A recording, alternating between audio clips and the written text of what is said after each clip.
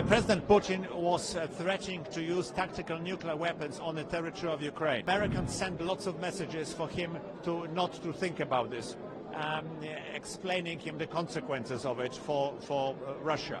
But that didn't necessarily persuaded him at first. He got two phone calls. He got a phone call from President of China, Xi Jinping, and he got a phone call from Prime Minister Modi telling him that neither China nor India independently do not approve of that kind of move. He then decided that this is not a good idea. So Prime Minister Modi played a role in it. Well, President Putin was threatening to use tactical nuclear weapons on the territory of Ukraine.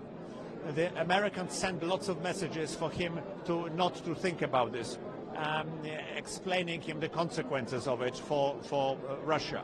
But that didn't necessarily persuaded him at first, and he got two phone calls. He got a phone call from President of China, Xi Jinping, and he got a phone call from Prime Minister Modi telling him that neither China nor India independently do not approve of that kind of move. And faced with the fact that two major nations with which Russia considered to be friendly said don't do it, he then decided that this is not a good idea. So Prime Minister Modi played a role in it. Development in that way, how do you look at India playing a part in overall peace process in the region, which is very important right now? Well, I mean, India for decades liked to be non-aligned and somewhat removed from engagement in the world. But if you are fifth largest economy in the world, if you have more people in your country than anybody in any other country, and you are actually quite active in foreign policy, sooner or later you have to get involved in various things. And I think India can play a moderating role in its usual fashion, and because lots of people, lots of countries talk to India, and Prime Minister Modi is a highly skillful politician, which is proven here, but also on the world stage. We had the privilege of having him at a visit last year. I had even more privilege of accompanying him in almost every meeting, with one exception. I was at every meeting with Prime Minister, so I had an opportunity to see him in action.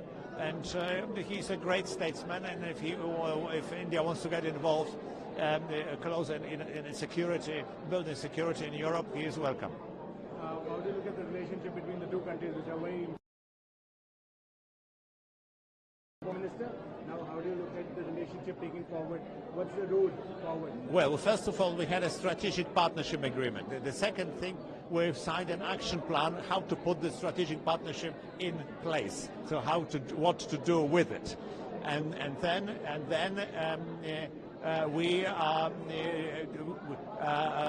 I am here twice or three times a year.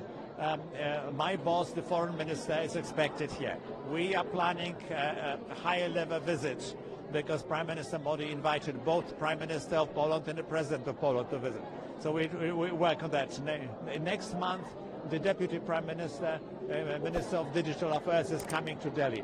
I mean, we do that but high-ranking visits, and also trying to talk about developing common projects in business, and looking at investments, Polish investments in India, Indian investment in Poland.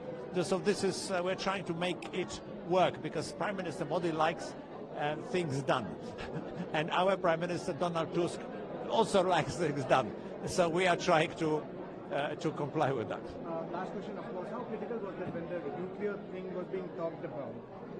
The initiative by Prime Minister Modi, how critical that was for the region?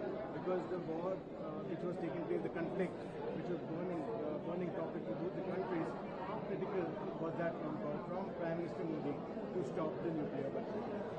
Well, at the moment there is little chance to stop nuclear proliferation, and if the world becomes more goes away from the international laws-based order which was had since 1945 and moves into spheres of influence, I think it's inevitable that more countries would want to acquire nuclear weapons.